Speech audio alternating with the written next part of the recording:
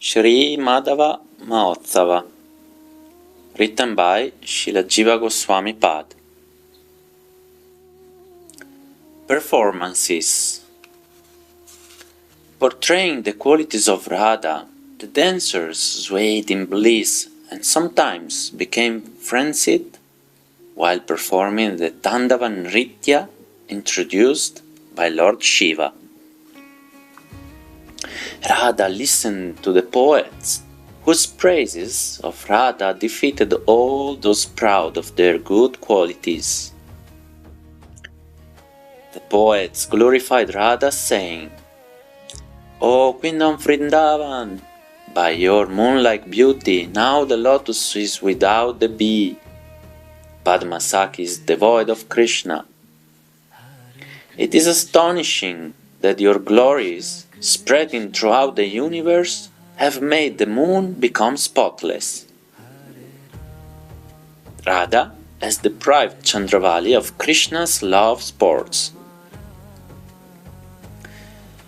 Sometimes the sun scorches the earth, and sometimes it floods the desert with water. But Radha, your intense love simultaneously sprinkles your beloved with nectar and waters the opposing parties. O Queen of Vrindavana, by the spotless nature of your glories, the oceans have suddenly taken on the nature of the milk ocean. Night has taken the qualities of moonlight, and the dark parts of the earth have become Svetadvip. But most astonishing is the fact that the black effulgence of Hari simply increases its blackness. O ruler of Vrindavan, Shri Radha, your brilliance conquers all. Having defeated Chandravali, it went searching in all directions. It could not even glance at Indra's wife. It found Brahma's wife devoid of excellence, and it annihilated the splendor of Parvati. Your radiance made Lakshmi become your Amsa, part to experience your pastimes and good fortune.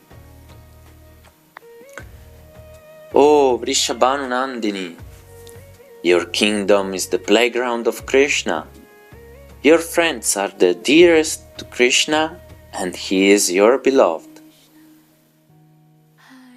You are the ruler of the earth. Your powers overwhelm my mind, so how can I sing about your unlimited qualities? Thus, astonishing everyone, with their recitation, the female singers attained the glance of the divine couple and received countless Chintamani gems from them. Radha hankers for Krishna. The whole was scented by the sweet perfume of Krishna's limbs. By the influence of that aroma, Radha became dizzy and lowered her eyes out of anxiousness. Radha mused within herself, "O disobedient desire, remember that it is only by good fortune that a qualified person sees Krishna. Do not long for more loving exchanges with him." Today, on the occasion of this festival, in this temple of pleasure, I somehow, out of great longing, obtained Hari. If the rarely obtained Hari goes off with the elders, how will the Sakhi's words, like tongues of flame, help me to tolerate the situation? O Creator, you protected me from the fire of anger and pride, and you made Sham install me on the throne. But will you not protect me from the forest fire of pain arising from the desire to get his embrace? Lalita and Vishaka, who are unequaled in detecting Radha's emotions and in giving advice, out of love for Radha and Madhava, thought, For them to stay here alone would be sweet.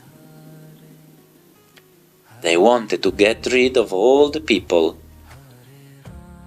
Just at that time, Purnamasi, knowing their intentions, blissfully told the heavenly women, "You have wonderfully bathed Radha in the assembly hall, and Radha has bathed you in streams of beauty and nectar. May Shai Radha now attain the utmost pleasure. Having rendered excellent services, you can now return to Svargaloka."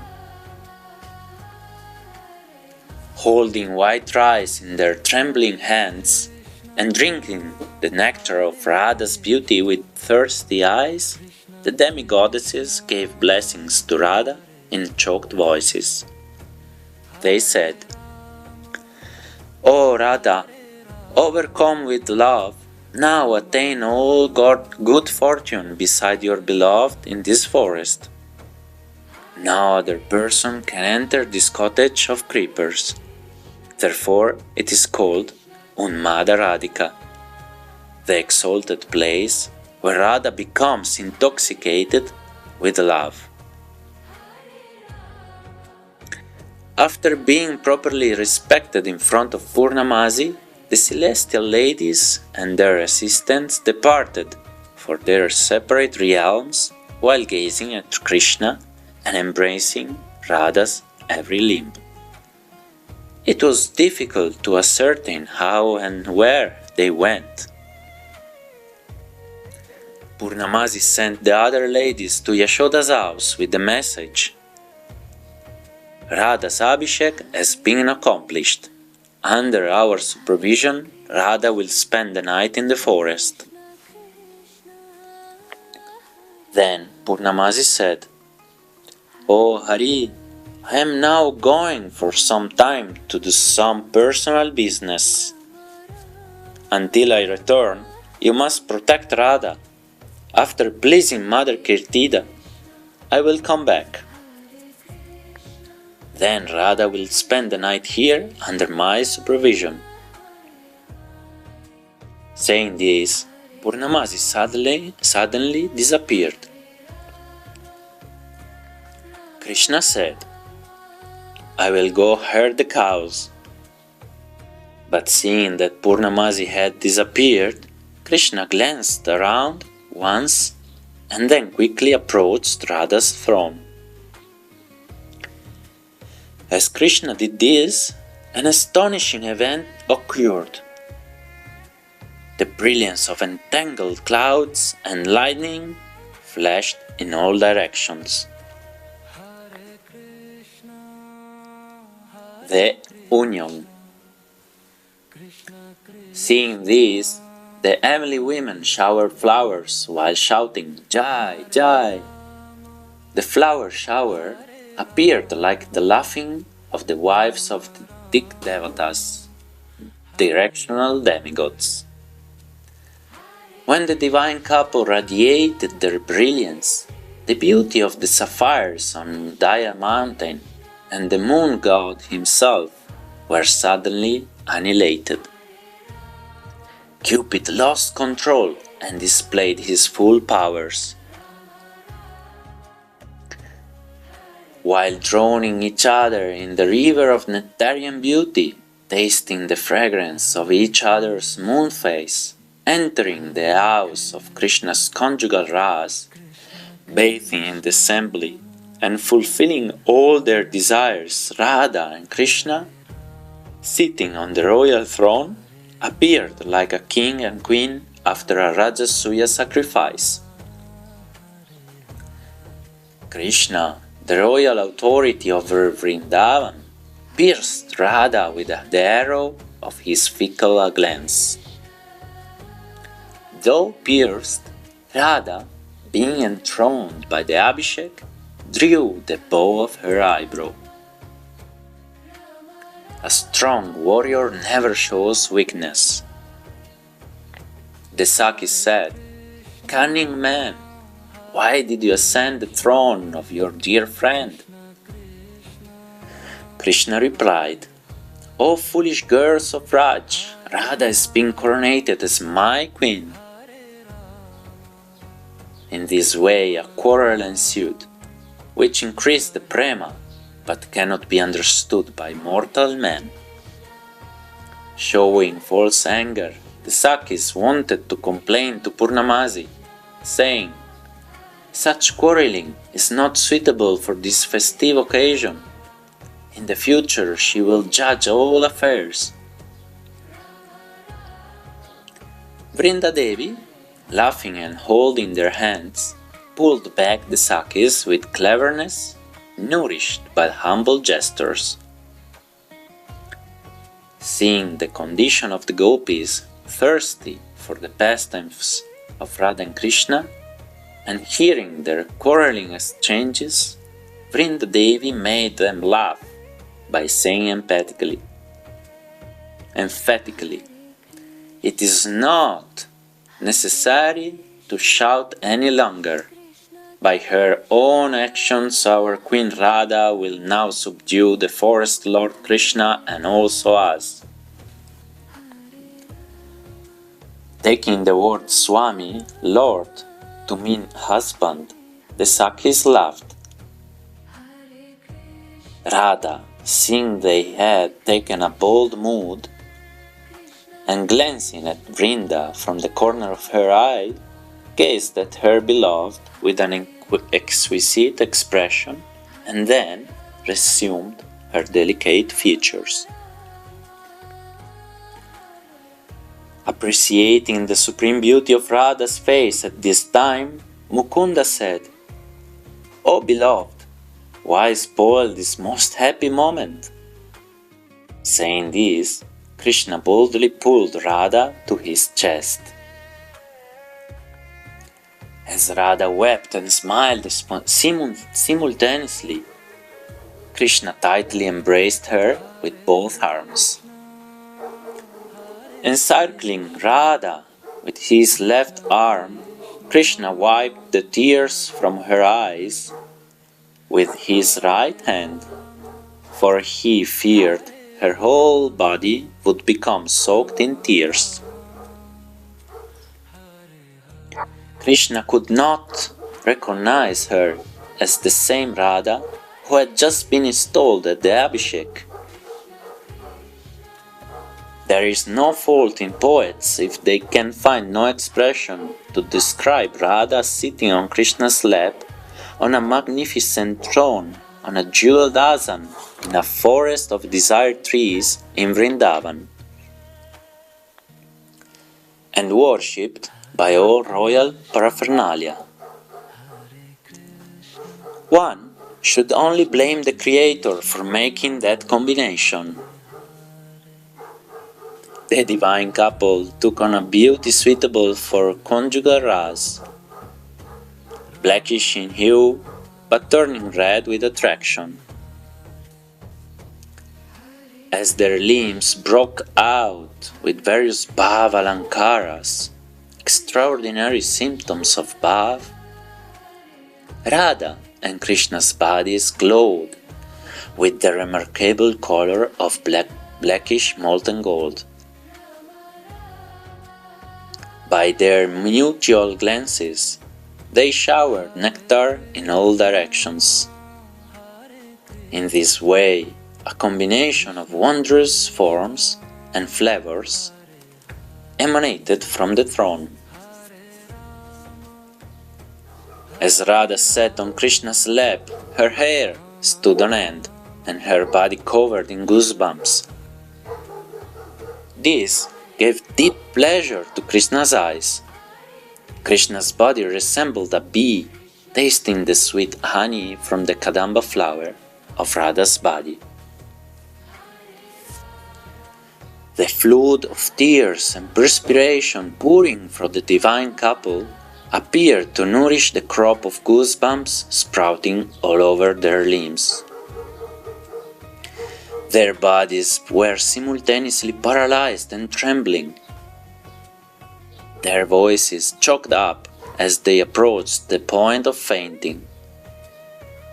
But clashing together like clouds and lightning, Radha and Krishna again tasted their blissful union as they drenched everyone in a shower of nectar.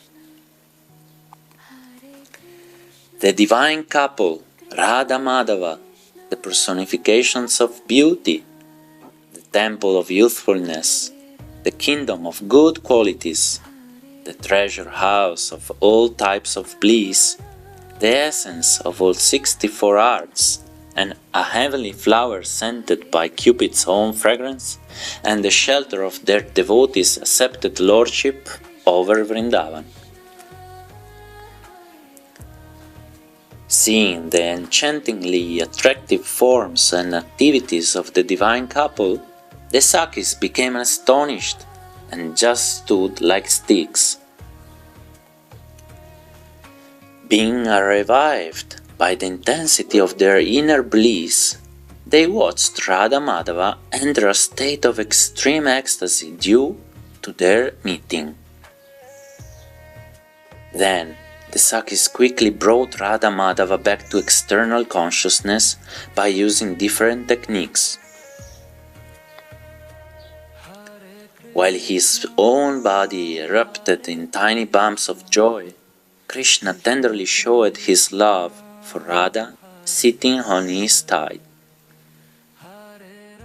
Offering her tambula, Krishna suited Radha in many ways. As the heavenly women showered flowers, the earth brimmed with bliss. Standing on either side of the throne, the Sakis served the divine couple in a royal manner. But they thought, "Our friend Radha has overcome oceans of suffering to come to Krishna's forest of Vrindavan. Revealing her sweet love during the Abhishek ceremony, Radha has quickly and forcefully brought Krishna and the forest of Vrindavan under her control. O heart, my friend, do you have any other desire to be fulfilled?"